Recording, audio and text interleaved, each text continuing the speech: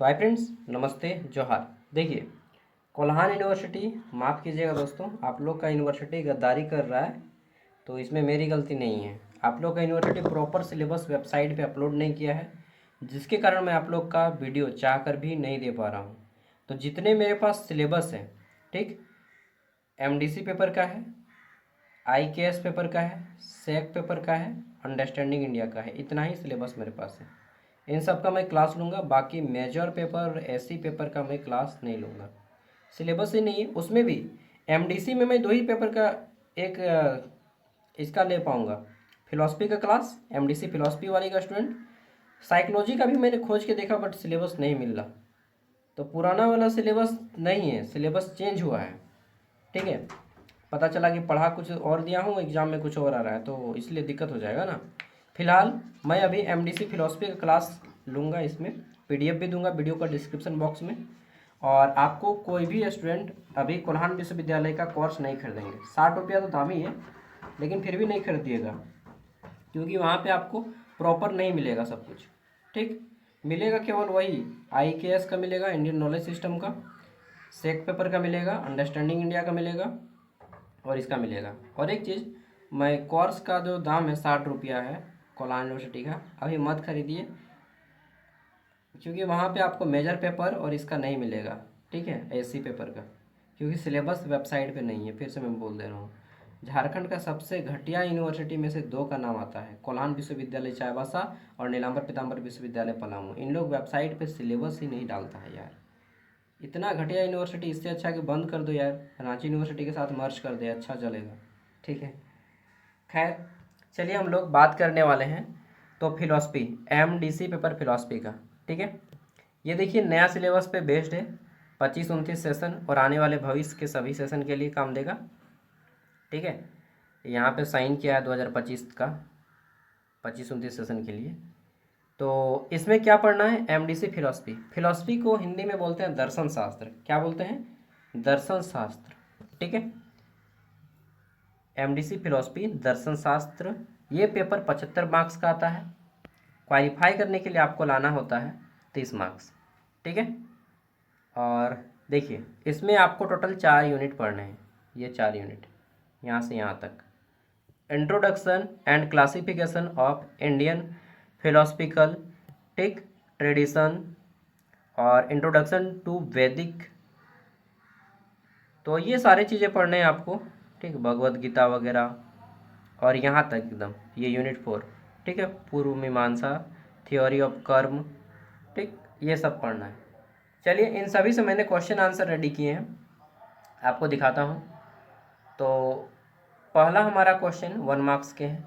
ठीक, total 25 question. पहला question क्या है, भारतीय दर्शन क्या है, इंडियन फिलोसफी क्या है, व्हाट इज इंडियन फिलोसफी।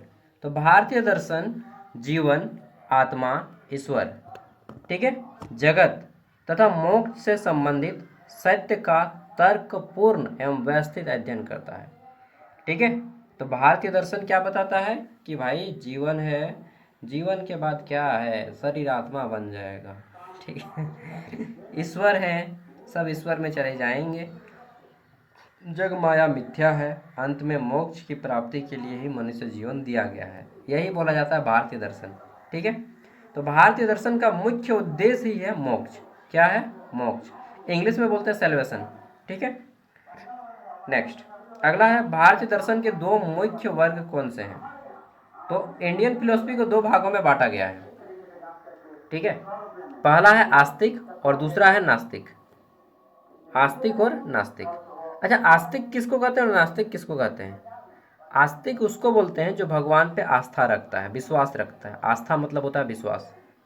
ठीक है, और नास्तिक जो भगवान पे विश्वास नहीं रखता है, भगवान, अल्लाह, ईश्वर जो भी बोलिए। तो if you are believe in God then you called a theist. Theist मतलब आस्तिक। And if you are don't believe और नेवर बिलीव इन गॉड और ईश्वर, then you called a atheist. तो अगर आप भगवान पे विश्वास करते हैं तो आप आस्तिक हैं।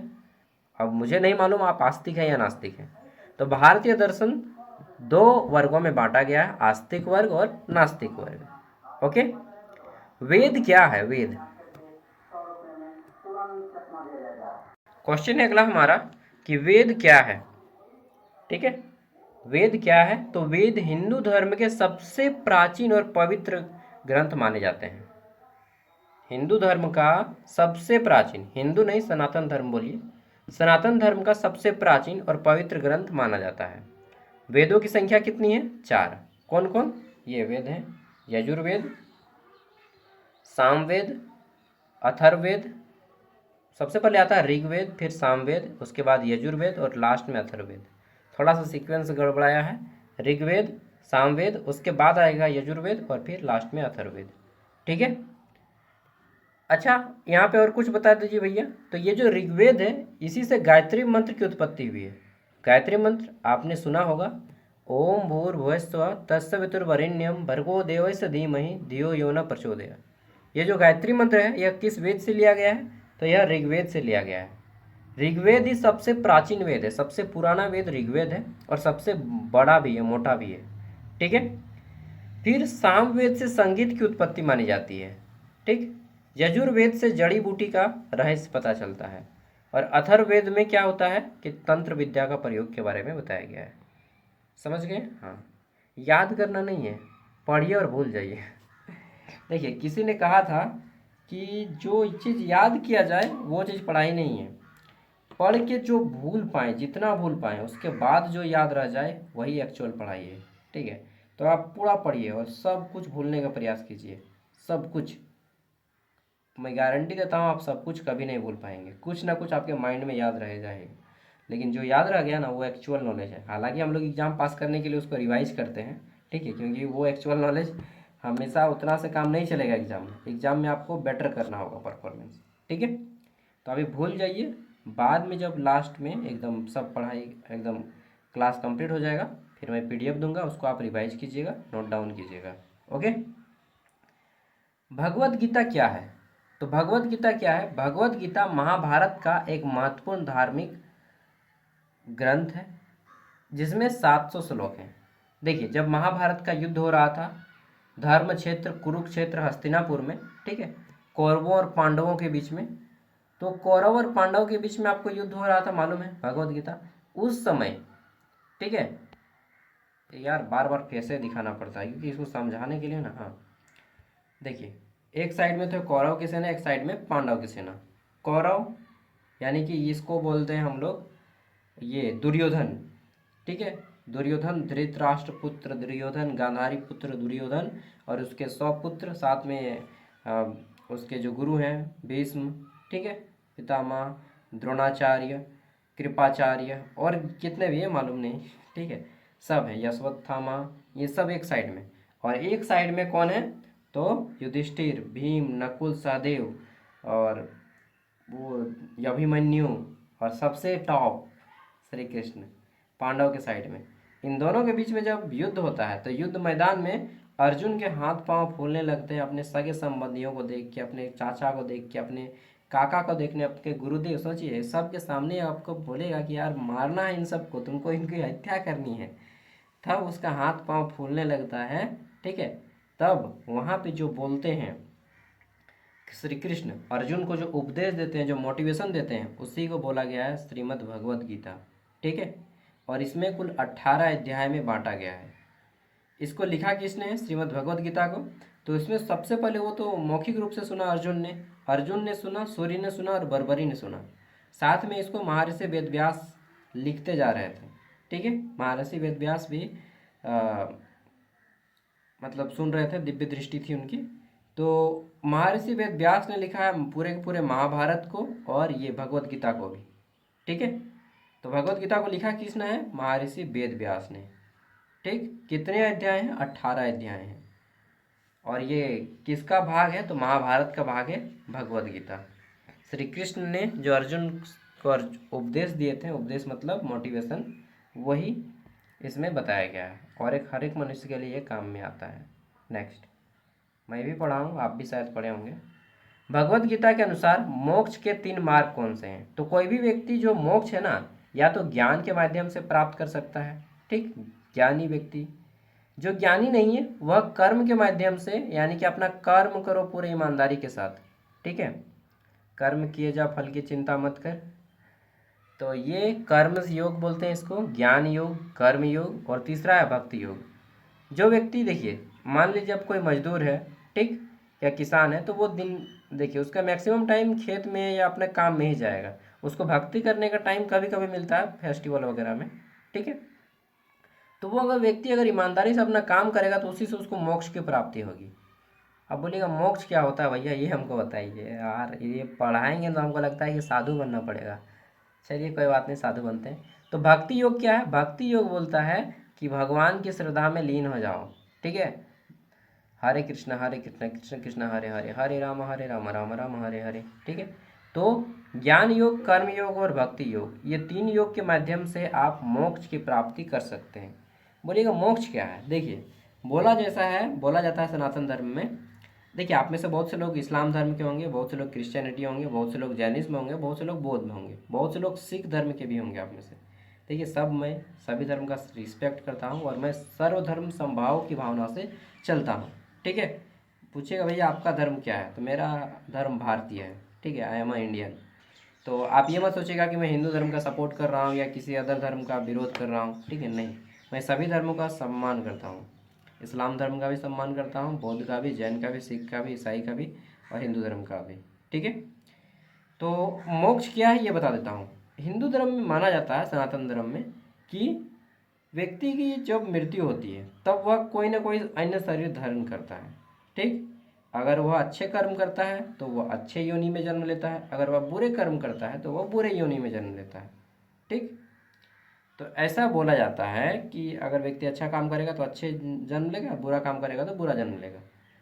लेकिन श्री कृष्ण कहते हैं भगवत गीता में, ठीक है, मैं भी वहीं से देख के ये सब सीखा हूँ, कि अगर आप मोक्ष की प्राप्ति करना चाहते हैं तो आप जीवन और मरण के चक्कर से छूट जाते हैं।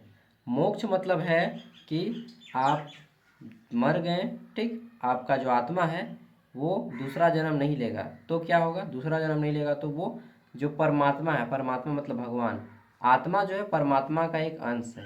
आत्मा, परमात्मा बड़ा है, आत्मा एक छोटा सा टुकड़ा है, किसका? भगवान का, परमात्मा का। तो जो आत्मा है वो परमात्मा के साथ मिल जाता है, इसी को बोलते हैं मोक्ष। फिर वह उस ना जन्म लेता है ना मरण लेता है। लेकिन एक्चुअल में कोई नहीं जानता है कि आदमी का जन्म होता है ना मरण होता है, ये कोई जानता है? कोई नहीं जानता है, ठीक है। तो मोक्ष और इस सब के चक्कर में मत पड़िएगा। हाँ, ये मैं बोलूँगा कि अपना कर्म करते जाइए अच्छे से, ईमानदारी से, ठीक है।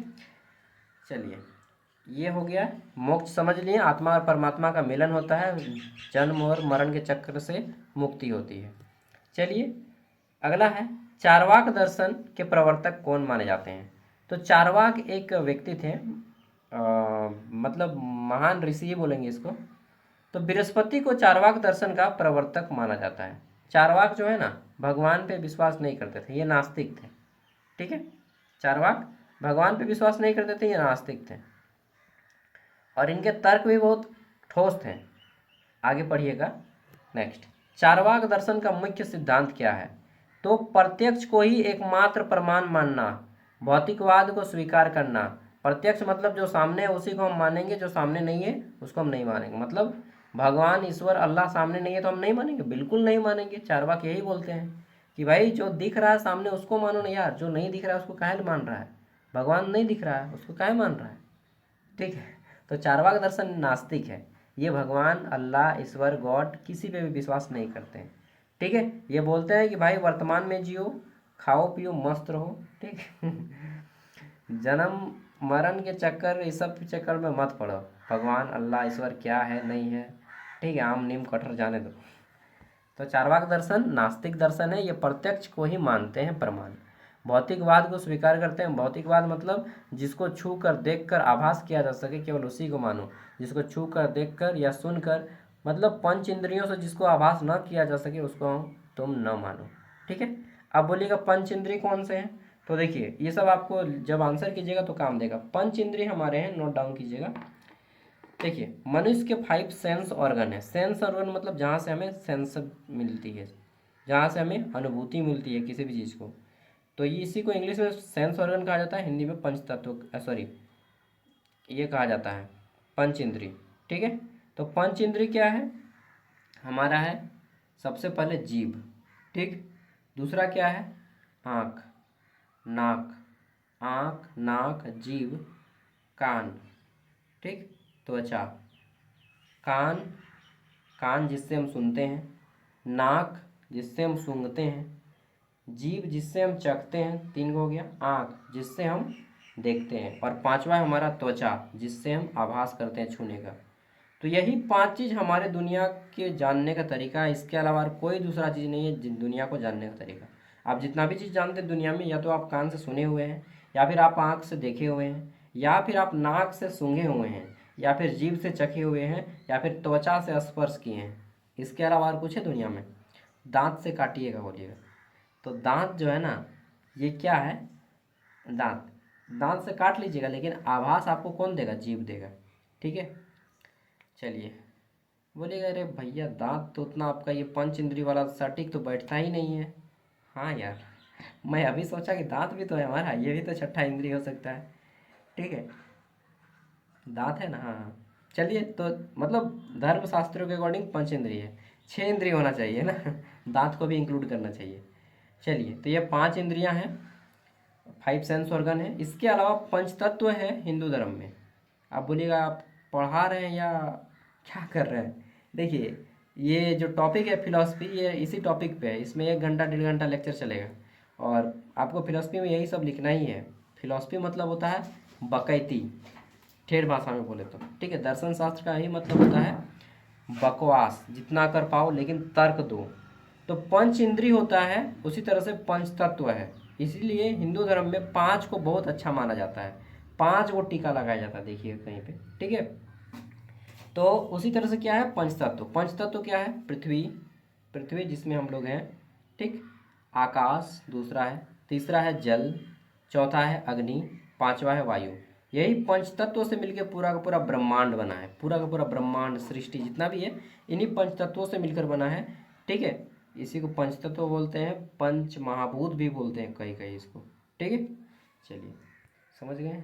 अच्छा समझाता हूँ मैं, मज़ा आता है? चलिए, जैन धर्म के 2 प्रमुख संप्रदाय कौन हैं? तो आपको मालूम है जैन धर्म, इसमें 24 तीर्थंकर हुए, ठीक। जैन धर्म में 24 गो साधु हुआ, साधु को इसमें तीर्थंकर कहा गया, ठीक। और जैन धर्म की स्थापना किए थे महावीर स्वामी। कौन है? महावीर स्वामी। जैन धर्म के प्रथम तीर्थंकर थे ऋषभ देव। क्या नाम था? ऋषभ देव, ठीक। तो ऋषभ देव जैन धर्म के प्रथम तीर्थंकर थे, और 24वें तीर्थंकर मतलब 24वें साधु थे महावीर स्वामी। 23वां साधु का नाम था पारसनाथ, जिसके नाम पे झारखंड का पारसनाथ पर्वत का नाम रखा गया है। पारसनाथ पर्वत, आप लोग तो पूर्वी सिंहभूम, पश्चिमी सिंहभूम, सरायकेला खरसावां के हैं। पारसनाथ पर्वत गिरिडीह जिला में है, ठीक। मैंने ज्ञान सागर चैनल पे पारसनाथ पर्वत का वीडियो भी डाला है जब मैं गया था, ठीक। आई थिंक 2000 कब गया था यार, 20 में गया था शायद, ठीक है। तो पूरा पारसनाथ पर्वत का मैंने डाला है वीडियो, आप ये ज्ञान सागर चैनल पे, इसी चैनल पे देख सकते हैं। श्वेतांबर और दिगंबर, जब जैन धर्म में महावीर स्वामी की मृत्यु होती है, उसके बाद 2 भागों में जैन धर्म बढ़ जाता है। कितने भाग में? जैन धर्म 2 भागों में बढ़ जाता है। कौन कौन धर्म? देखिए, जैन धर्म 2 भागों में बढ़ता है। पहला धर्म इसका हो जाता है श्वेतांबर, और दूसरा धर्म दिगंबर। श्वेतांबर सुनने से ही लगता है कि श्वेत मतलब श्वेत, सफ़ेद, अंबर मतलब होता है कपड़ा, यानी कि जैन धर्म के वैसे अनुयायी जो सफ़ेद कपड़ा पहनते हैं। क्या पहनते हैं? सफ़ेद वस्त्र का धारण करते हैं, उसको बोलते हैं श्वेतांबर, ठीक। और एक होता है दिगंबर। दिगंबर कौन है? तो जैन धर्म के वे अनुयायी, मतलब जैन धर्म को मानने वाले वैसे लोग जो कि वस्त्रों का त्याग कर दिए हैं, ठीक है। मतलब निर्वस्त्र, हाँ निर्वस्त्र रहते हैं, ठीक है। तो जैन धर्म में 2 प्रकार के लोग हैं, एक सफ़ेद वस्त्र धारण करने वाले, और दूसरा है नंगे रहने वाले, ठीक है। नंगा बाबा इसको बोलते हैं। आइएगा ना यहाँ पे पारसनाथ, तो आपको दिखेंगे, ठीक है।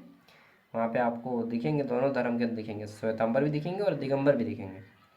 तो वर्तमान समय में जैन धर्म के मेरे कुछ मैंने मिला है, तो वो लोग मैक्सिमम टू मैक्सिमम 99% लोग जो है वो श्वेतांबर है, दिगंबर नहीं है। और आजकल श्वेतांबर मतलब ये नहीं कि हमेशा श्वेत वस्त्र ही पहनेंगे, नहीं, सभी वस्त्र पहनते हैं। जैन धर्म के लोग मांसाहार नहीं करते हैं, लड़ाई झगड़ा नहीं करते हैं, गाली गलौज नहीं करते हैं। ठीक, अगर उनसे मारपीट बोलिएगा तो बोले काहे भैया, काहे गाली दे रहे हैं। ठीक है काहे लड़ाई कर रहे हैं भैया। तो ऐसे से दुनिया नहीं चलती है दोस्त। और उन लोग मधु भी नहीं खाता है, मधु जो होता है ना शहद, वो भी नहीं खाते हैं। जैन धर्म के लोग अंडा भी नहीं खाते हैं, मीट माछ भी नहीं खाते हैं, मतलब निरामिष हैं। इसके अलावा जैन धर्म के लोग जो मशरूम होता है ना, खुखड़ी या कुकुरमुत्ता, आप क्या बोलते हैं मालूम नहीं, खुखड़ी फुटका कुकुरमुत्ता, ठीक है, मशरूम, वो भी नहीं खाते हैं। तो जैन धर्म बहुत अच्छा है, मस्त है। ठीक है, चलिए, दो धर्म में बंट गया जैन धर्म। अगला है जैन धर्म के 24वें तीर्थंकर कौन है? महावीर स्वामी, मैंने बता दिया। अब आता है बौद्ध धर्म। तो बौद्ध धर्म के संस्थापक कौन है? गौतम बुद्ध, सबको मालूम है। गौतम बुद्ध जिनका बचपन का नाम था सिद्धार्थ। ठीक है, इनके ऊपर सीरियल भी बना है, आप यूट्यूब पे देख सकते हैं, पूरा का पूरा सीरियल है सिद्धार्थ गौतम। ठीक है, बुद्धम शरणम गच्छामि, धम्मम शरणम गच्छामि, संघम शरणम गच्छामि, ये बौद्ध धर्म में बोला जाता है। ठीक है, ये सब लिख दीजिएगा ना तो आपको नंबर मिल जाएगा। हे बुद्ध, मैं आपके शरण में आता हूँ। हे बुद्ध, जैसे बोलते हैं ना, बुद्धम शरणम गच्छामि, हे बुद्ध मैं आपकी शरण में आता हूँ। धम्मम शरणम गच्छामि, हे बुद्ध मैं आपके धम्म की शरण में आता हूँ, धम्म मतलब धर्म। ठीक है, संघम शरणम गच्छामि, हे बुद्ध मैं आपके संघ की शरण में आता हूँ। तो ये 3 श्लोक बोल के बौद्ध धर्म में किसी को सम्मिलित किया जाता था। ठीक है, जिस तरह से तपस्या लिया जाता था ना कि हम भारत के लोग, भारत को एक संपन्न संप्रभुत्व पंथ निरपेक्ष, ठीक है, ये जो भारत का है प्रस्तावना, उसी तरह से बौद्ध धर्म में ये बौद्ध धर्म का प्रस्तावना है। तो बौद्ध धर्म की स्थापना किसने की? गौतम बुद्ध ने। सिद्धार्थ नाम था उनका। ठीक, और राजा सुधोधन के पुत्र थे, उनकी माता का नाम था महामाया, और उनकी पत्नी का नाम था यशोधरा, उनका बेटा होता है राहुल। तो ये सब आपको मालूम है। ठीक, 29 वर्ष की अवस्था में वो घर का त्याग करते हैं, घोड़ा में जा कर के जाते हैं, तो घोड़ा हो गया गृह त्याग का निशानी। फिर बोध गया जाते हैं, बोध गया में उनको ज्ञान की प्राप्ति होती है 12 वर्षों के बाद। पीपल के वृक्ष के नीचे, उस पीपल के पेड़ को बोधि वृक्ष कहा जाता है। बोध गया कभी जाइएगा तो देखिएगा, बोधि वृक्ष उसको कहा गया है बोध गया में। ठीक है, तो ये हो गया। और फिर उन्होंने बौद्ध धर्म की स्थापना की। अब बौद्ध धर्म जो है 3 भागों में बंट जाता है। जब गौतम बुद्ध की मृत्यु हो जाती है तो बौद्ध धर्म 3 भागों में बंट जाता है। ठीक, अच्छा, बौद्ध धर्म की शिक्षा दी जाती थी पहले। आपने नाम सुना है नालंदा विश्वविद्यालय? अभी भी है यहाँ पे, ओपन यूनिवर्सिटी बिहार में। तो नालंदा विश्वविद्यालय में पहले, ठीक है, उसकी स्थापना कुमार गुप्त ने की थी। तो नालंदा विश्वविद्यालय में कुमार गुप्त ने यह स्थापना की थी, और बौद्ध धर्म का वहाँ पे शिक्षा दिया जाता था। ठीक, विदेश के लोग आते थे बौद्ध धर्म, चीन जापान बहुत दूर दूर से। तो ये जो बौद्ध धर्म है महात्मा बुद्ध के मरने के बाद 3 भागों में बंट जाता है। कौन कौन? एक है हीनयान, एक है महायान, एक है वज्रयान। अब बोलिएगा भैया इनमें अंतर क्या है, हीनयान, महायान और वज्रयान में? मैं बताऊंगा अंतर, पहले आप कंप्लीट कर लेते हैं, नहीं तो यार 1 मार्क्स में ही टाइम बीत जाएगा। बौद्ध धर्म का प्रथम आर्य सत्य क्या है? तो बौद्ध धर्म बोलते हैं कि सर्वम दुखम दुखम, अर्थात जीवन दुखमय है, संपूर्ण जीवन दुखमय है। ठीक है, संपूर्ण जीवन दुखमय है। और दूसरी बात बोलते हैं कि जीवन में दुख है, लेकिन दूसरी बात ये भी बोलते हैं कि दुखों से मुक्ति पाया जा सकता है। ठीक है, क्या बोलते हैं? दुखों से मुक्ति पाया जा सकता है, बुद्ध ये बोलते हैं। ठीक, और बुद्ध बोलते हैं कि दुखों से मुक्ति पाने के लिए वो 4 बताते हैं नियम। ठीक, कि सभी जितने भी दुख हैं आपके, उसकी कारण है आपकी तृष्णा। तृष्णा मतलब इच्छा, आपकी इच्छा ही समस्त दुखों का कारण है। ठीक है, आपकी इच्छा हुई ना भाई कि हमको ग्रेजुएशन पास करना है, तभी ना आप ये पढ़ रहे हैं। ठीक है, तो दुखों का कारण इच्छा है, लेकिन ऐसा नहीं है कि अब इच्छा ही नहीं होगा, नहीं, इच्छा सब मनुष्य का है। ठीक है, हाँ, सही कर्म करना है। तो 4 प्रमाण हैं। अच्छा, दुखों से मुक्ति के 4 नियम बताए गए हैं। ठीक, क्या क्या था, मैं भूल रहा हूँ यार। ठीक है, उसको आगे बता दूंगा। 4 वो है कि आप ये करते हैं तो आपको दुखों से मुक्ति मिल जाएगी, मैं पढ़ा था एक बार। चलिए, अभी याद आ जाएगा लॉन्ग आंसर टाइप में। न्याय दर्शन में कितने प्रमाण स्वीकार किए गए हैं? ठीक है। तो न्याय दर्शन जो है इसमें 4 गो प्रमाण स्वीकार किया गया, प्रत्यक्ष, अनुमान, उपमान तथा शब्द। ये 4 गो प्रमाण स्वीकार किया गया है न्याय दर्शन में। ओके, नेक्स्ट अगला है विशेषिक दर्शन, जिसको हम लोग पदार्थवाद भी बोलते हैं। विशेषिक दर्शन के अनुसार पदार्थ क्या है? तो विशेषिक दर्शन के अनुसार पदार्थ वह है जिसे जाना जा सके, जिसका अस्तित्व हो, मतलब जिसको छुआ जा सके, देखा जा सके, ठीक है, उसी को विशेषिक दर्शन कहते हैं। सत्कार्यवाद क्या है? सत्कार्यवाद इसका मतलब होता है कि कार्य अपने कारण में पहले विद्यमान रहता है, यही सत्कार्य है। काम जो है अपने कारण में विद्यमान रहता है। आप कुछ भी काम कीजिए, वो कोई ना कोई कारण होगा तभी आप करते हैं। बिना कारण के कार्य नहीं होता, ठीक है। तो कुछ ना कुछ कारण रहेगा तभी जाके काम होगा, इसको सत्कार्य कहते हैं। असत्कार्य क्या है? असत्कार्य मतलब कार्य अपने कारण में पहले से विद्यमान नहीं रहता, यदि असत्कार्यवाद है। तो यदि आप कोई काम कर रहे हैं लेकिन उसका कारण कुछ नहीं है, तो उसको हम लोग असत्कार्य कहेंगे। कार्य अपने कारण में पहले से विद्यमान नहीं रहता है, ठीक है, इसको असत्कार्यवाद कहते हैं। नेक्स्ट अष्टांग योग क्या है? तो अष्टांग योग 8 योग है, अभी हम लोग पढ़ेंगे। अष्टांग योग अगर आप अपनाते हैं तो आपको जीवन में बोलते हैं कि दुखों से मुक्ति मिल सकती है, ठीक है। नेक्स्ट पूर्व मीमांसा का मुख्य सिद्धांत क्या है? पूर्व मीमांसा कर्म सिद्धांत पूर्व मीमांसा का मुख्य सिद्धांत है, ठीक है। नेक्स्ट अद्वैत वेदांत के प्रवर्तक कौन है? सॉरी, आदि शंकराचार्य को अद्वैत वेदांत के मुख्य प्रवर्तक कहे जाते हैं। ओके, नेक्स्ट और 5 क्वेश्चन है, उसके बाद हम लोग very long answer type question answer करेंगे। शंकराचार्य के अनुसार निर्गुण ब्रह्म क्या है? निर्गुण ब्रह्म वह परम सत्य है जो निराकार, निर्विशेष, अनंत तथा सभी गुणों से परे है, यानी कि ईश्वर। शंकराचार्य के अनुसार निर्गुण ब्रह्म कौन है? यानी कि ईश्वर है, ठीक है।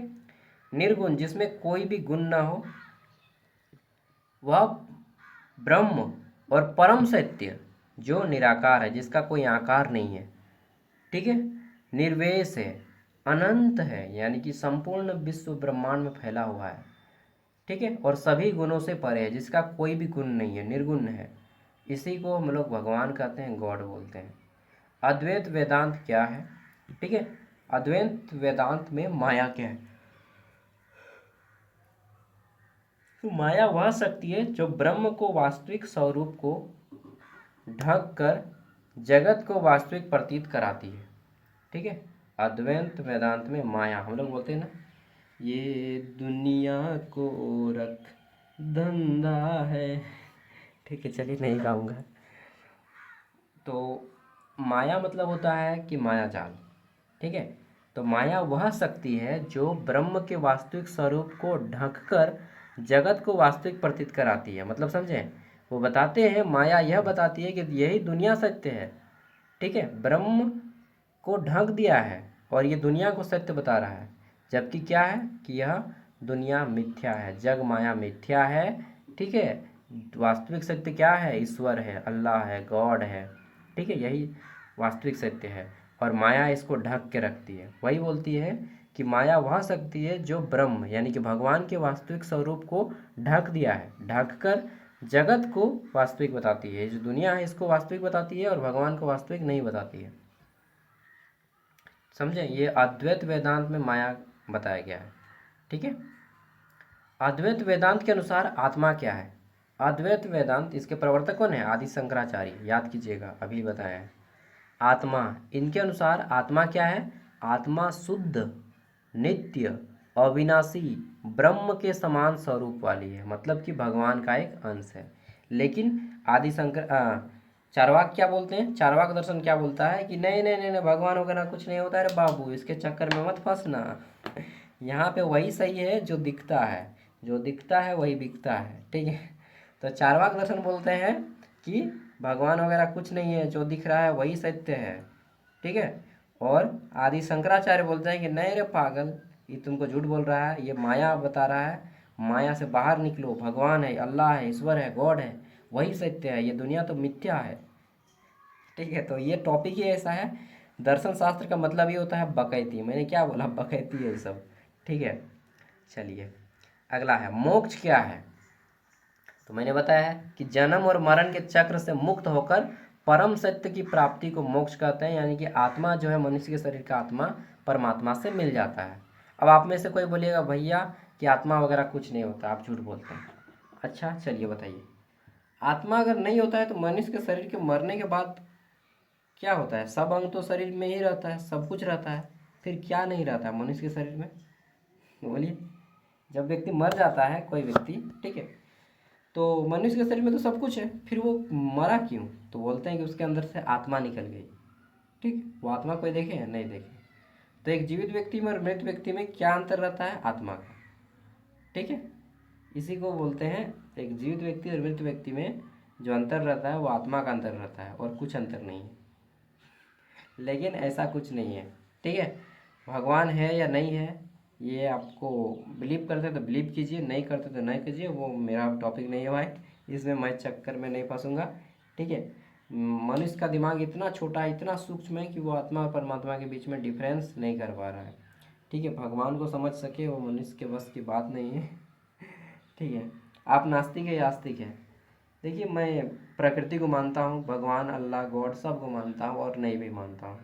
कहा जाता है कि एक सच्चा व्यक्ति ना आस्तिक होता है ना नास्तिक होता है, वो वास्तविक होता है। ठीक है, चलिए आप बोलिएगा आप तो उलझा दिए भैया हमको।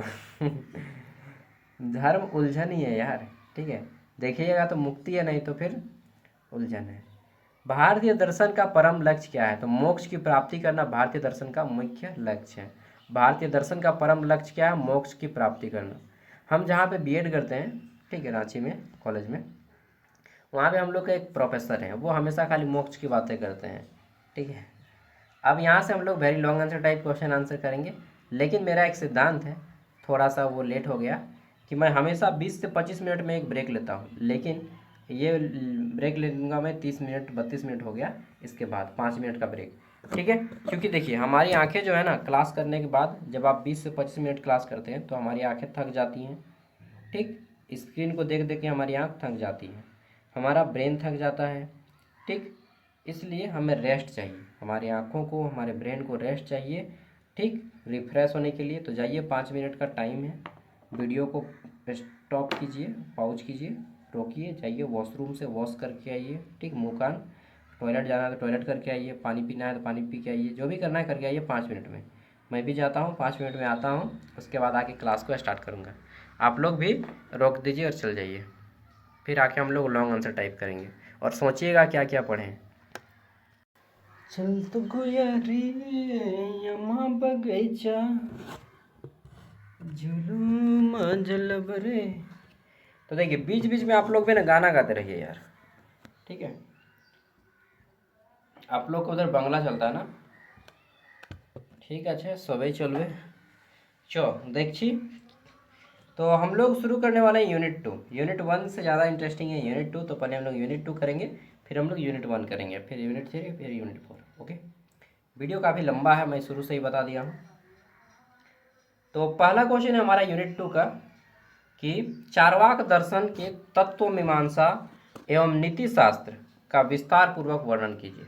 ठीक, चार्वाक मैंने बताया था कि अरे भाई वाह, भाई भाई वाह, भगवान को मत मानो, जो दिख रहा है वही मानो। ठीक है, तो चार्वाक दर्शन भारतीय दर्शन की नास्तिक, ठीक, हेट्रोडॉक्स परंपरा का संबंध रखता है। प्राचीन एवं भौतिकवादी दर्शन माना जाता है, इसके प्रवर्तक बृहस्पति माने जाते हैं। चार्वाक दर्शन वेद, ईश्वर, आत्मा, पुनर्जन्म तथा मोक्ष को नहीं मानता है, स्वीकार नहीं करता है। इसका मुख्य उद्देश्य वर्तमान जीवन में सुख की प्राप्ति करना है, कि अभी सुख कैसे मिलेगा हमको, दारू पिएंगे, गाना है ना, माल पिएंगे हम तो माल पिएंगे, मंगरी की भाटी में माल पिएंगे। ठीक है, तो चार्वाक दर्शन यही बोलता है, ठीक है, कि सुख कहाँ से मिल रहा है देखो। ठीक है, तो यह दर्शन प्रत्यक्ष अनुभव को ही ज्ञान का एकमात्र प्रमाण मानता है। ठीक है, तो जो दिखता है वही बिकता है अकॉर्डिंग टू चार्वाक दर्शन। चार्वाक दर्शन तत्व मीमांसा यानी कि मेटाफिजिक्स जिसको बोलते हैं, चार्वाक दर्शन के अनुसार केवल 4 तत्व, जिसमें पहला तत्व है पृथ्वी, दूसरा जल, अग्नि और वायु, ठीक। पांचवा तत्व आकाश, पांच तत्व मैंने बताया ना यार, आकाश, आकाश को ये नहीं मानते हैं, चार्वाक 4 ही मानते हैं। आकाश को यह स्वीकार नहीं करता। इसके अनुसार चेतना शरीर का गुण है। जैसे पान के पत्ते, सुपारी और चूने के मिश्रण से क्या बनता है, लाल रंग उत्पन्न होता है, उसी तरह आत्मा शरीर से अलग कोई स्वतंत्र सत्ता नहीं है, ठीक। शरीर के नष्ट होने पर चेतना भी समाप्त हो जाती है। शरीर के मरने पर चेतना मतलब आत्मा भी समाप्त हो जाती है। चार्वाक दर्शन ईश्वर, स्वर्ग, नरक, कर्म और पुनर्जन्म इसको नहीं मानते, ये इसको कल्पना ही मानते, मात्र कल्पना। इसके अनुसार प्रत्यक्ष रूप से जो दिखता है वही सत्य है, ठीक है। तो चार्वाक क्या बोलते हैं भाई साहब, जो दिखेगा वही बिकेगा, ओके। चार्वाक यही बोलते हैं। अच्छा, चार्वाक कौन है? चार्वाक एक साधु है, ठीक है, एक महान व्यक्ति है। चार्वाक दर्शन का नीति शास्त्र देखिए, चार्वाक दर्शन का नैतिक सिद्धांत सुखवादी हिडोनिज्म है।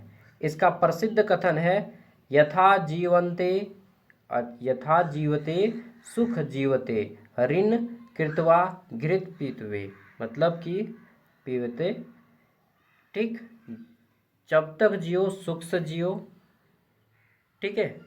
पैसा नहीं है तो ऋण लेके खाओ, लेकिन खाओ, ठीक है। जब तक जियो सुख से जियो, अगर पैसा कम पड़ रहा है तो ऋण लेके खाओ, उधारी लेके खाओ, फिर भी खाओ। देखिए, मुझे उतना संस्कृत नहीं आता है, मैंने एक भी क्लास संस्कृत नहीं पढ़ा है, जो आप लोग को पढ़ाते पढ़ाते सिखाऊँ वही सिखाऊँ। अर्थात जब तक जीवित रहो सुखपूर्वक जीवन व्यतीत करो। चार्वाक के अनुसार जीवन का सर्वोच्च लक्ष्य सुख प्राप्ति करना है। यद्यपि इस सिद्धांत को आलोचना इसलिए की गई, यह भविष्य के परिणामों की अपेक्षा वर्तमान सुख पर अधिक बल देता है, ठीक है। तो क्या आप चार्वाक दर्शन को मानिएगा? बताइए तो। नहीं, भविष्य को भी देखना होता है यार। अभी बोलिएगा अरे पढ़ाई लिखाई भाड़ में गया यार, गोली मारो, अभी मूवी देखेंगे, ठीक है, माल पियेंगे, तो भाई एग्ज़ाम में कौन लिख देगा है? यही सब कीजिएगा तो एग्ज़ाम में कौन लिख देगा। इसलिए चार्वाक दर्शन को रियल लाइफ में फॉलो मत कीजिएगा, नहीं तो कहाँ जाइएगा, भीतरे जाइएगा, भीतरे। महत्वपूर्ण तथ्य, चार्वाक भारतीय दर्शन का एकमात्र पूर्ण भौतिकवादी दर्शन है, जो कि भौतिकवाद पे विश्वास करता है। यह प्रत्यक्ष को ही ज्ञान का प्रमाण मानता है, वेदों की प्रामाणिकता को अस्वीकार करता है, ईश्वर, आत्मा, मोक्ष, पुनर्जन्म का निषेध करता है, ठीक है। तो अगर आपके सामने कोई व्यक्ति भगवान को नहीं मानता है, जन्म मरण को नहीं मानता है, ठीक है, ये सब बोलता है कि बकवास है, फालतू की बात करता है, तो उसको बोलिएगा कि भाई तुम चार्वाक हो, तो बोलेगा क्या? उसको फिर समझाइएगा कि चार्वाक नाम का एक व्यक्ति था जो इस तरह के ऊपर पूरी किताब लिखी है, नीति शास्त्र लिखा है, कि सिद्ध किया है उन्होंने कि भगवान, अल्लाह, ईश्वर, पुनर्जन्म, जन्म मरण, आत्मा, परमात्मा कुछ नहीं होता है, जो दिखता है वही बिकता है, ठीक है। तो अगर कोई व्यक्ति ऐसा मान रहे हैं तो आप भी चार्वाक हैं, चार्वाक के फॉलोवर हैं, ठीक है। तो चार्वाक के फॉलोवर हैं। चलिए आगे बढ़ते हैं। जैन धर्म तथा उसके प्रमुख संप्रदाय और जैन दर्शन की तत्वमीमांसा का विस्तार पूर्वक वर्णन कीजिए, ठीक। जैन धर्म, तो जैन धर्म के बारे में अभी हम लोगों ने जाना कि जैन धर्म भारत के प्राचीन धर्मों में से एक है और 24वें तीर्थंकर हुए। तीर्थंकर मतलब साधु। जैन धर्म में साधु को तीर्थंकर कहा जाता है, क्योंकि ये घूम घूम कर तीर्थ करते थे। तो भगवान महावीर 24वें तीर्थंकर हुए। इनका जन्म और मरण यहाँ पे दे दिया गया है। 599 में जन्म हुआ और 527 में इनकी मृत्यु हुई, ठीक है। उल्टा गिनती होता था पहले, ईस्वी पूर्व की बात है। जैन धर्म का मुख्य उद्देश्य आत्मा की शुद्धि एवं मोक्ष की प्राप्ति है, ठीक है। यह धर्म अहिंसा यानी कि हिंसा नहीं करेंगे, मारपीट लड़ाई झगड़ा नहीं करना है, गाली गलौज नहीं करना है, सत्य बोलना है, अस्ते मतलब चोरी नहीं करना है, ठीक है। ब्रह्मचर्य का पालन करना है और अपरिग्रह, अपरिग्रह मतलब धन इकट्ठा नहीं करना है। जैन धर्म में ये माना जाता है। ठीक है, 5 जैन धर्म में इसको बोलते हैं, क्या बोलते हैं, 5 आर्य सत्य, अहिंसा, ठीक है, सत्य, अस्तेय, ब्रह्मचर्य और अपरिग्रह। ठीक, और ये जो ब्रह्मचर्य है इसको महावीर स्वामी ने जोड़ दिया है। पहले 4 को था, 24 तीर्थंकरों ने, और 23वें तीर्थंकर तक ये 4 को था, और महावीर स्वामी ने ब्रह्मचर्य को जोड़ा। ठीक है, समझ गए ये। तो जैन धर्म के प्रमुख संप्रदाय 2 भागों में बंट गए, श्वेतांबर और दिगंबर। श्वेतांबर क्या करते हैं, तो ये श्वेत वस्त्र का धारण करते हैं। इनके अनुसार स्त्रियां भी मोक्ष प्राप्त कर सकती हैं। इनका मुख्य केंद्र गुजरात और राजस्थान में जितने जैन धर्म के मानने वाले लोग हैं वो श्वेतांबर हैं। दिगंबर साधु वस्त्र धारण नहीं करते हैं, मतलब निर्वस्त्र रहते हैं। इनके अनुसार पूर्ण त्याग ही मोक्ष का मार्ग है। ये मानते हैं कि मोक्ष केवल पुरुष जन्म के लिए आवश्यक है। मुझे लगता है ये लोग बुड़बक है ना, दिगंबर लोग बुड़बक है, केवल पुरुष को ही मोक्ष मिलेगा यार, है, महिला को मोक्ष नहीं मिलेगा। ठीक है, आप बोलेगा भैया मैं इस सब से दूर रहूँगा, मैं चारवाक दर्शन को मानूंगा। जो दर्शन मानना है मानो यार। जैन दर्शन के तत्व मीमांसा, तो जैन दर्शन के अनुसार 2 तत्वों से बना है। ठीक है, संसार जो है जीव और अजीव, मतलब कि निर्जीव और जीव, इसी 2 से मिलके पूरा का पूरा ब्रह्मांड बना है। ये बात तो सही है, सजीव और निर्जीव से ही पूरा संसार बना है। फिर उसको कैटेगराइज कीजिएगा जब 5 तत्व आएगा। ठीक है, तो जैन धर्म वाले बोलते हैं कि दुनिया जो है 2 ही चीज़ से बना है, संसार 2 ही चीज़ से बना है, एक जिसमें जीवन पाया जाता है और एक जिसमें जीवन नहीं पाया जाता है। ठीक है, तो जीव चेतन है, यानी कि जिसमें जीवन पाया जाता है, जबकि अजीव जड़ है। कर्म के कारण आत्मा बंधन में रहती है। तप, संयम, सम्यक ज्ञान के द्वारा कर्मों का नाश कर मोक्ष प्राप्ति किया जा सकता है। ओके, जैन दर्शन के अनेकांतवाद तथा स्यादवाद का प्रतिपाद करता है। इसके अनुसार सत्य के अनेक पक्ष होते हैं।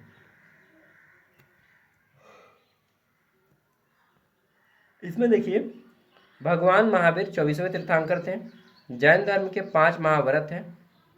5 महाव्रत को अभी हमने देखा, कौन कौन, तो सत्य, अहिंसा, अस्तेय, अपरिग्रह और लास्ट में आता है ब्रह्मचर्य। ठीक है, ये 5 क्या है, जैन धर्म के 5 महाव्रत हैं। ओके, अनेकांतवाद जैन धर्म की विशेष पहचान है। ठीक, और जैन धर्म अहिंसा को सर्वोच्च मानता है, यानी कि लड़ाई झगड़ा से दूर रहता है। समझ गए, हाँ, इसीलिए जैन धर्म के लोग मीट मांस का भी त्याग किए हैं, नहीं खाते हैं ये लोग, शाकाहारी हैं। बहुत अच्छा है। जैन धर्म, उसके प्रमुख संप्रदाय तथा 4 आर्य सत्यों का विस्तार पूर्वक वर्णन करें। बौद्ध धर्म और उसके संप्रदाय 4 गो आर्य सत्य, इस सब के बारे में बताना है। ठीक है, तो गौतम बुद्ध बौद्ध धर्म के संस्थापक हैं।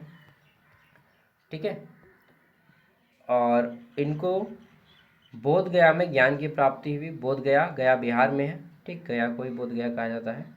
तथा सारनाथ में अपना प्रथम उपदेश दिया। पहली बार इन्होंने मोटिवेशन कहाँ दिया, मोटिवेशनल स्पीच सारनाथ में दिया, जिसे धर्म चक्र प्रवर्तन कहा गया। बौद्ध धर्म का मुख्य उद्देश्य मानव को दुखों से मुक्ति कर निर्वाण की प्राप्ति कराना है। निर्वाण मतलब होता है मोक्ष की प्राप्ति। बौद्ध धर्म के प्रमुख संप्रदाय कौन है, तो इसमें पहला आता है हीनयान। ठीक, यह बुद्ध के मूल उपदेशों का पालन करता है तथा व्यक्तिगत मोक्ष पर बल देता है। ठीक है, हीनयान, क्या बोले, हीनयान, हाँ, यह बुद्ध के मूल उपदेश का पालन करता है और क्या करता है, व्यक्तिगत मोक्ष पर बल देता है। ठीक, और ये क्या करते हैं, ये मूर्ति पूजा का बहिष्कार करते हैं हीनयान वाले। ठीक, ये बोलते हैं कि बुद्ध का जो बात है उसी को केवल याद करो, मूर्ति वगैरह से कुछ नहीं होगा। जबकि महायान क्या करते हैं, महायान करुणा एवं बोधिसत्व आदर्श को महत्व देता है, सभी प्राणियों के कल्याण की भावना रखते हैं और ये मूर्ति पूजा को एक्सेप्ट करते हैं महायान। ठीक है। एक आता है वज्रयान। वज्रयान यह तांत्रिक साधना एवं मंत्रों पर आधारित शाखा है। इसका विकास मुख्यतः तिब्बत और हिमालय क्षेत्रों में हुआ है। तो तिब्बत और हिमालय के क्षेत्र में जो तंत्रिक बौद्ध लोग हैं उनको वज्रयान कहा जाता है। ठीक है, या व्रजयान। वज्रयान नहीं होगा यार, वज्रयान होगा ना, वज्रयान। ठीक है। चार आर्य सत्य है। गौतम बुद्ध ने क्या बोला था कि सर्वम दुखम दुखम, संसार में सब कुछ दुखमय है। ठीक, फिर बोलते हैं कि दुखों से मुक्ति पाया जा सकता है, इसके लिए चार को मार्ग बताया। ठीक है, इसी को बोला जाता है चार आर्य सत्य। मैंने बताया था कि मैं भूल रहा हूँ, यही चार आर्य सत्य है। पहला इन्होंने बताया कि सर्वम दुखम दुखम, जीवन दुखमय है। दूसरा है दुखों की कारण क्या है, हमारी इच्छाएं, दुखों का कारण है हमारी इच्छाएं। ठीक। तीसरा है कि दुखों से प्राप्ति किया जा सकता है, दुखों से दूर हुआ जा सकता है। ठीक। कहाँ गया, दुख निरोध, तृष्णा के समाप्त होने से दुख समाप्त होगी। यानी कि अगर आप अपने इच्छाओं को समाप्त करते हैं, इच्छाओं को मारते हैं, तो आपकी ये जो दुख है वो समाप्त हो जाएगी। दुख निरोधगामी प्रतिपदा, यानी कि अष्टांगिक मार्ग का पालन करके आप दुखों से प्राप्ति कर सकते हैं। अब बोलिएगा भैया ये अष्टांग मार्ग क्या है। ठीक है, तो 8 गो मार्ग है। सम्यक दृष्टि, सम्यक, आपने सुना है सम्यक दृष्टि, अच्छा देखो। सम्यक भोजन, सही खाओ, सही समय पे खाओ। ठीक। सम्यक व्यायाम, सही समय पे व्यायाम करो। ठीक। सम्यक, इस तरह से कुछ कुछ 8 गो है। सम्यक दृष्टि, सम्यक ज्ञान, सम्यक आसन, सम्यक प्राणायाम। ठीक है, सम्यक योग, 8 गो करने बोला है। 8 अगर आप करते हैं तो आपको जो है दुखों से मुक्ति मिल जाएगी। चलिए, महत्वपूर्ण तथ्य, तो यह सब 8 को याद कर लीजिएगा, मैं एक बार याद किया था फिर भूल गया। महत्वपूर्ण तथ्य क्या है, बुद्ध को ज्ञान बोध गया में प्राप्त हुआ। प्रथम उपदेश उन्होंने सारनाथ में दिया।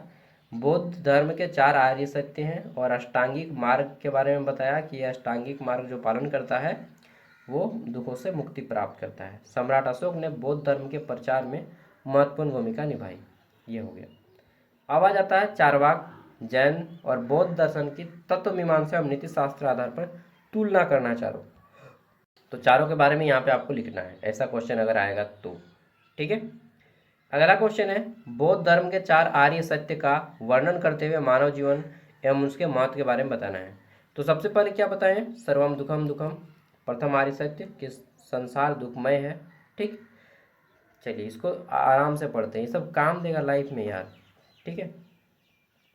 बौद्ध दर्शन का मूल आधार है, क्या है, बौद्ध दर्शन का मूल आधार है 4 आर्य सत्य। गौतम बुद्ध ने ज्ञान प्राप्ति के पश्चात सारनाथ में अपने प्रथम उपदेश में इन सत्यों का प्रतिपादन किया।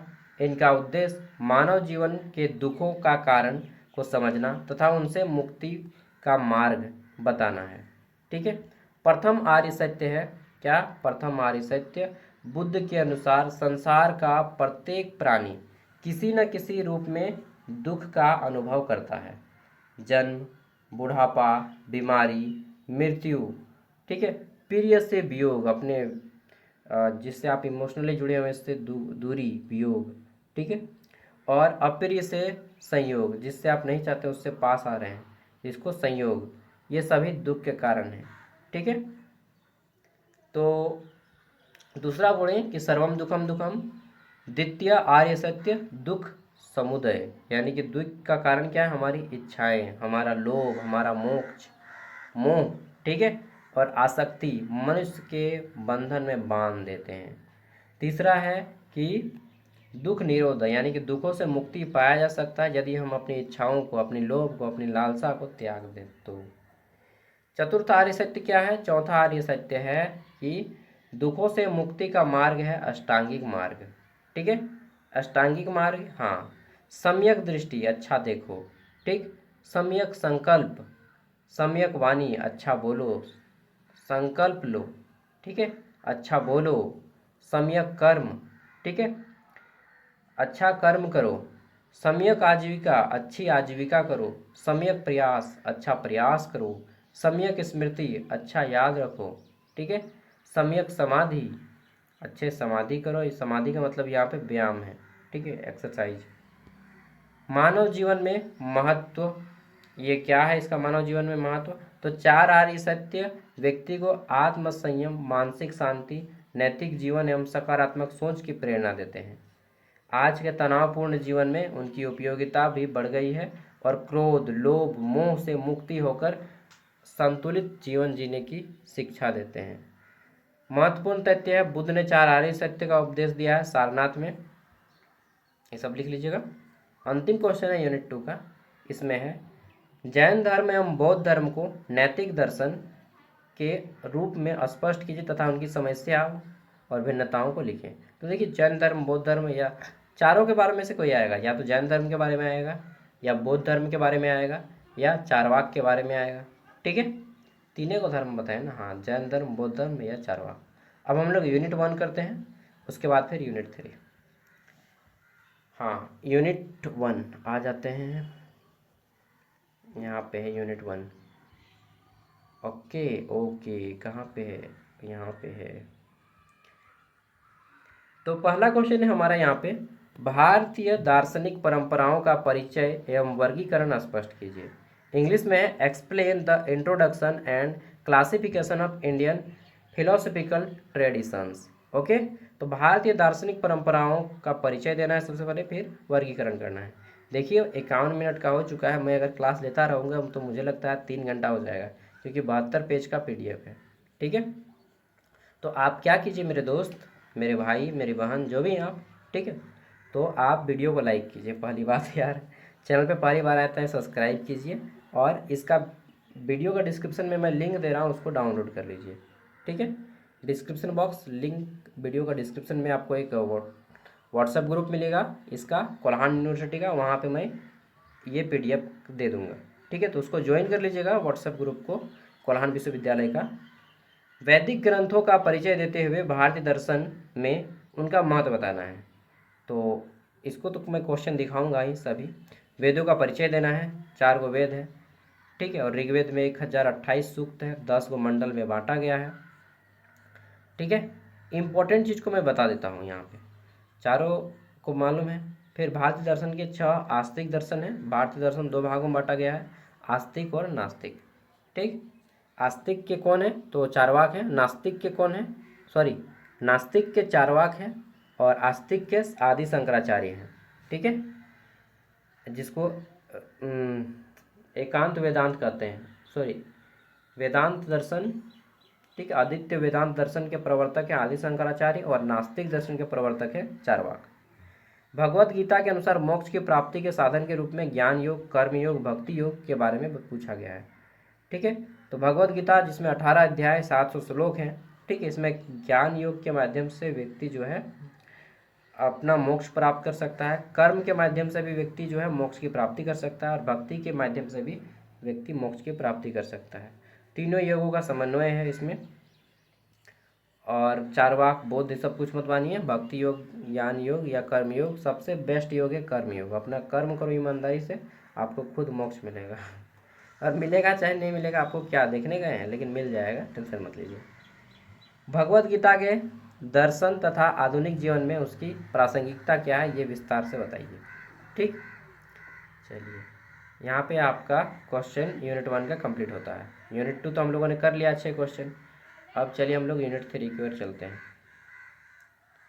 मेरी नैना तेरे नैनों से मीठी मीठी बातें करते हैं, जब नैना बातें करते हैं। आप लोग भी बीच बीच में गाना गाते रहिएगा। न्याय दर्शन का परिचय देते हुए उसके 4 प्रमाण बताने हैं। क्या क्या, प्रत्यक्ष, अनुमान, उपमा एवं शब्द का विस्तार वर्णन कीजिए, ठीक है। पढ़ लीजिएगा इसमें न्याय दर्शन, इसमें आपको थोड़ा सा अरस्तु वगैरह के बारे में पढ़ने को मिलेगा, ठीक है। उसके बाद आगे देख लेते हैं नेक्स्ट क्वेश्चन। अगला क्वेश्चन कहाँ है, इतना लंबा आंसर है यार। न्याय दर्शन में ईश्वर की अवधारणा का विस्तार पूर्वक वर्णन करें, कि न्याय दर्शन में ईश्वर के बारे में क्या बताया गया है, ठीक है। नेक्स्ट, आगे देख लेते हैं।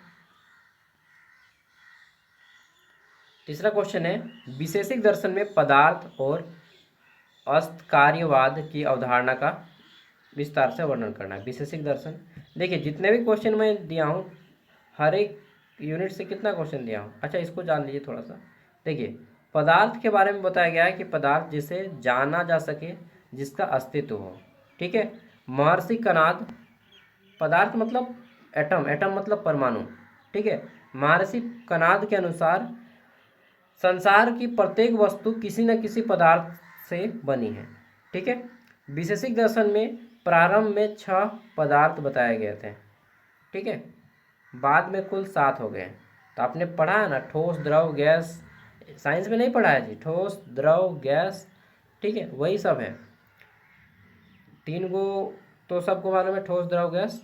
इसके अलावा एक होता है प्लाज्मा, एक होता है, मैं भी भूल रहा हूँ यार, बॉस आइंस्टीन, और एक क्या है, तो द्रव्य। ठीक है। द्रव्य मतलब पानी वाला फॉर्मेट में, जिसमें गुण कर्म विद्यमान रहते हैं।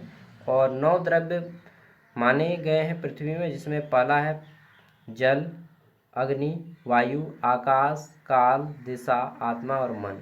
गुण रंग, रूप, रस, गंध, संख्या आदि गुण कहलाते हैं। कर्म गति, क्रिया को कर्म मानते हैं। सामान्य समानता या जाति का भाव। विशेष प्रत्येक वस्तु की विशिष्ट पहचान। समवायु, ठीक है, 2 वस्तुओं का अविभाज्य संबंध, किसी वस्तु का अभाव या अनुपस्थिति। तो ये विशेषिक दर्शन है। इसके प्रवर्तक है महर्षि कणाद। कौन? महर्षि कणाद। क्लास 9 में साइंस में भी लिखा है इसके बारे में। नेक्स्ट, चौथा क्वेश्चन है, सांख्य दर्शन का परिचय देते हुए सत्कार्यवाद, बंधन तथा मोक्ष के बारे में पूछा गया है। देखिए, सब के 1-2 क्वेश्चन छोड़ छोड़ के मोक्ष के बारे में पूछा गया है। ठीक है। तो 72 पेज का पीडीएफ है। अगर आप अच्छे से पढ़ने बैठे तो 3 घंटा में आप ये पूरा का पूरा पीडीएफ पढ़ के ख़त्म कर देंगे। ठीक है। अगर ब्रेक ले लेके पढ़ेंगे तो 4 घंटा या 5 घंटा लगेगा, उससे ज़्यादा नहीं लगेगा। तो 5 घंटा पहले पढ़िए, फिर एक बार दोबारा नोट्स बनाइएगा, उसमें 5 घंटा लगेगा। 10 घंटा में ये कंप्लीट। ठीक। उसके बाद आपका एग्जाम पानी की तरह जाएगा। योग दर्शन का परिचय देते हुए अष्टांग योग के बारे में बताना है। हाँ, ये जान लीजिए अष्टांग योग। महर्षि पतंजलि ने अष्टांग योग बताया। ठीक। इसको ध्यान रखिए, ये बहुत काम देगा लाइफ में। पहला है यम। ठीक। देखिए, पतंजलि जो है योग के पितामह कहे जाते हैं। ठीक। और योग दर्शन भारतीय दर्शन के 6 आस्तिक दर्शनों में से एक है। इसके प्रवर्तक महर्षि पतंजलि हैं, जिन्होंने योग सूत्र की रचना की। योग सूत्र एक किताब है, इसकी रचना महर्षि पतंजलि ने की है। योग दर्शन का उद्देश्य शरीर, मन एवं आत्मा को संतुलित विकास करके मनुष्य को मोक्ष की ओर ले जाना है। योग का अर्थ है आत्मा का परमात्मा से मिलन। ओके। महर्षि पतंजलि योग के 8 अंग बताए हैं। पहला है यम। यम मतलब अहिंसा, सत्य, अस्तेय, ब्रह्मचर्य, अपरिग्रह। नियम, नियम मतलब सोच सही समय पे करो। संतोष, ठीक, संतोष रखो। तप करो थोड़ा सा। स्वाध्याय, अपने बारे में थोड़ा सा जानो। ईश्वर प्रानिधि, थोड़ा सा ईश्वर में ध्यान दो। आसन, शरीर को स्थिर एवं स्वस्थ रखना। ठीक है। प्राणायाम, श्वास का नियंत्रण करो, प्राणायाम करने इसमें बोला गया। प्रत्याहार, इंद्रियों को नियंत्रित करना। धारणा, मन को एक स्थान पर स्थिर करना।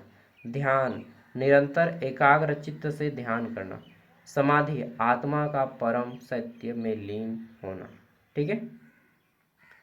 इनके प्रवर्तक कौन है? महर्षि पतंजलि। प्रमुख ग्रंथ है योग सूत्र। 21 जून को हम लोग विश्व योग दिवस मनाते हैं, पूरे के पूरे भारत नहीं, पूरे के पूरे विश्व में इंटरनेशनल योगा डे। न्याय, विशेषिक, सांख्य दर्शन और उनके मूल भाव के सिद्धांत पे सबका तुलना करना है आपस में। ठीक है। चलिए, ये कर लीजिएगा। और उसके बाद अंतिम यूनिट आता है यूनिट 4। इसमें पहला क्वेश्चन है पूर्व मीमांसा। ठीक। दर्शन के कर्म सिद्धांत का विस्तार से वर्णन कीजिए। नेक्स्ट क्वेश्चन आ जाता है हमारा यहाँ पे, पढ़ लो यार। ठीक। वेदांत दर्शन को विभिन्न संप्रदायों का विस्तार से बताना है, वेदांत दर्शन के बारे में। नेक्स्ट क्वेश्चन है, शंकराचार्य के अद्वैत वेदांत का वर्णन करते हुए निर्गुण ब्रह्म, जगत आत्मा, ईश्वर एवं माया की अवधारणा के बारे में बताना है। बोले ना कि अरे भाई ये सब माया है, असली तो ईश्वर है। ठीक है। नेक्स्ट क्वेश्चन आ जाता है हमारा यहाँ पे, अद्वैत वेदांत का अर्थ स्पष्ट करते हुए उनके दार्शनिक महत्व का विस्तार से वर्णन कीजिए। प्रत्येक यूनिट से 5 या 4 क्वेश्चन दिए गए हैं, या मैक्सिमम 6 क्वेश्चन।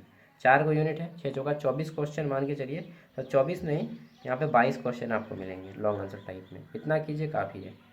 शंकराचार्य के अनुसार निर्गुण ब्रह्म, जगत, आत्मा, ईश्वर, माया की अवधारणा का विस्तार से वर्णन कीजिए। इतना कर लीजिए ना, आपके एग्जाम में क्वेश्चन नहीं छूटेगा। अंतिम क्वेश्चन है ये वाला, पूर्व मीमांसा के कर्म सिद्धांत एवं अद्वैत वेदांत का तुलनात्मक अध्ययन कीजिए। खत्म, पूरा कंप्लीट। ओके दोस्तों, बाय। जो लोग फर्स्ट टाइम आए हैं सब्सक्राइब कर लीजिए। ठीक है, और इसका पीडीएफ मैं वीडियो का डिस्क्रिप्शन बॉक्स में दे दूंगा। व्हाट्सएप ग्रुप ज्वाइन कर लीजिएगा, वो बहुत जरूरी है, वहाँ पे मैं अपडेट देता हूँ। ठीक है।